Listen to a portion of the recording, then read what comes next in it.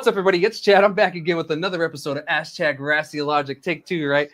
We are getting near the end of this season. It's this episode, and next week is the last episode of this season. Me and Gino need a break, man. We're going to take a couple months off, and then we're going to come back in the new year, and we'll have a new season, some new guests, some old guests, to get some updates and everything. And, of course, the legislative session is going to be going on that time.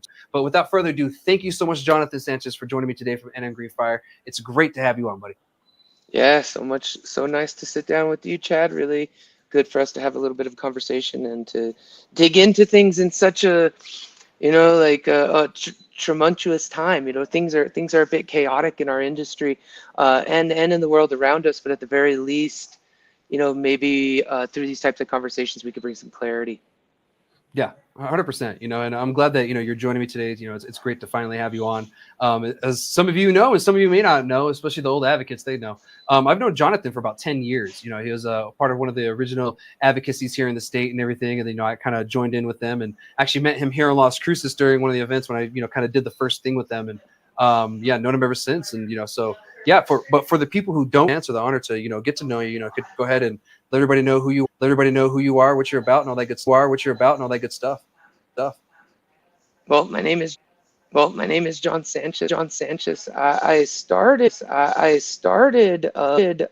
my public interactions with the cannabis industry in 2016 when I started Enchanted Consulting, where I initially was trying to work with dispensaries or production facilities in the industry to kind of just get my foot in the door in any way possible, but ended up actually helping quite a few patients build their grow spaces and make it approachable for them. So it's just something that I really kind of dug my teeth into, and then started to realize some things.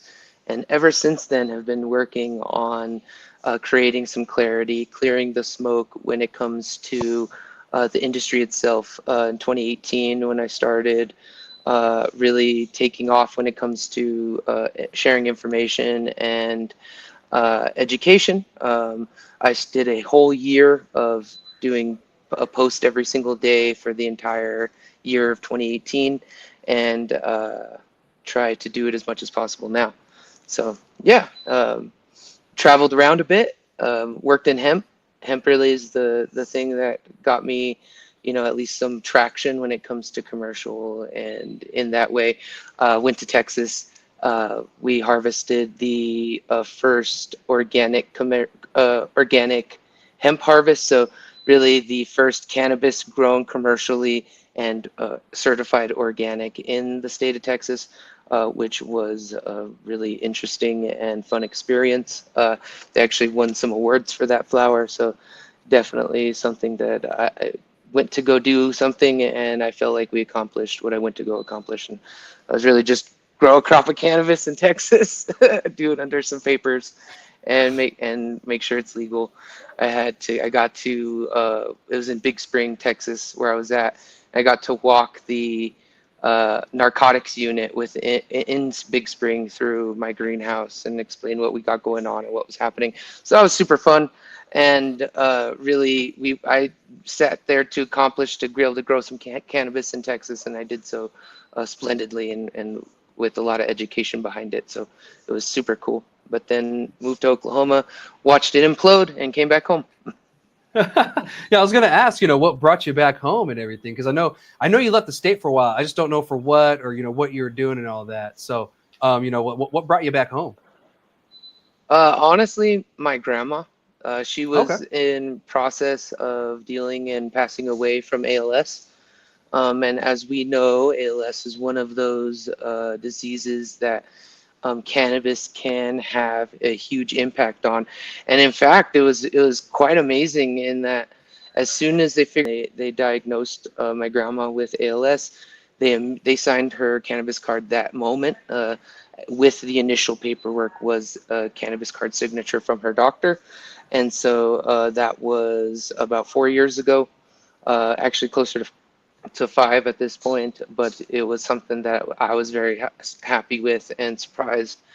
So I moved back home to spend the last couple of years with my grandma before she passed away. And because everyone that I had ever spoken to when it came to being successful, and I asked them what they regretted, it was spending the time with the people that they had while they had them here.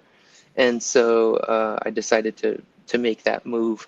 But what was cool that I had noticed during that time when I moved, it was the industry, legalization was just coming on a couple years ago, and we were just having a conversation about it. The beginning date was set, and things were moving. But it was really cool to watch the exodus, of people come back, or not. I don't know what's the opposite of exodus, but for us to come back Migration. home.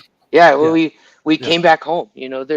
There's so much like myself, Josh McCurdy, a couple other people that had left just to work in the industry, had left the state, and now had an opportunity to come back home and do something that they loved in their own state. I definitely thought that was like a really beautiful thing to watch, because we definitely deserve to be here, and I think we should. 100%, man. And I've noticed that too. A lot of people, after the legalization thing, they came home, and some were in California, some were in Colorado, some Oklahoma, of course. Yep. We had people that left the state. I wouldn't say in mass groves, but in quite a few high numbers. But they decided to come home, which Mm-hmm. was even more like you said, interesting and very kind of shows to the character in New Mexico. That this is home. Home is home. It always will be. And if the opportunity presents itself, why not come back and try? And so I kind of feel that's what, a lot of you did. So, I commend you for, taking that leap and coming home, but who wouldn't want to come home to the Mexican food here though? You know what I mean? The New Mexican cuisine, the green chile and all that. So, who wouldn't want? And for me, it was also like what really excited me was the culture. Yeah. When I left a few years ago, things were a certain way, and they've been that way for a while. And then through all of this chaos, things got forgotten, and to walk through a crowd of people and feel like a stranger was an interesting thing to me. And so it wasn't necessarily a bad thing, but it really pointed out to me that we are in a time of change, and that we have to kind of re-understand who we are as a community. And it's something that I believe is important, and culture is important, and re-understanding that, and what does that mean, could potentially be a winning factor in our own local businesses being successful. I definitely think New Mexicans and local people of the Valley appreciate that. They appreciate their own culture. They just have nowhere to lean to when it comes to that in our industry. No, it is. And, going back to your point where, it was weird to walk into a room and not know everybody because of the medical program, it was so small. It was big, but small at the same time. And we knew everybody. So yeah, it was interesting to go from northern New Mexico, where actually I'm known more because of the advocacy stuff, and then stuff being going on down here and people not knowing who I was. And I'm like, well, I've been here the whole time. Who are you? Because you just showed up. Right. And so like it was just all like, well, who are you? I'm like, well, who are you? I've been here the whole time. Like you're the one that just showed up. It was interesting, and for me, it kind of like humbled me in some way. I had to like, how can I don't know. There's always a lot of hate going around, so I had to really ask myself, how could I embrace that and not forget where we came from? We could easily embrace it. We see so many people that have such crazy, horrible stories about getting in a business with certain groups that create either problems within their own community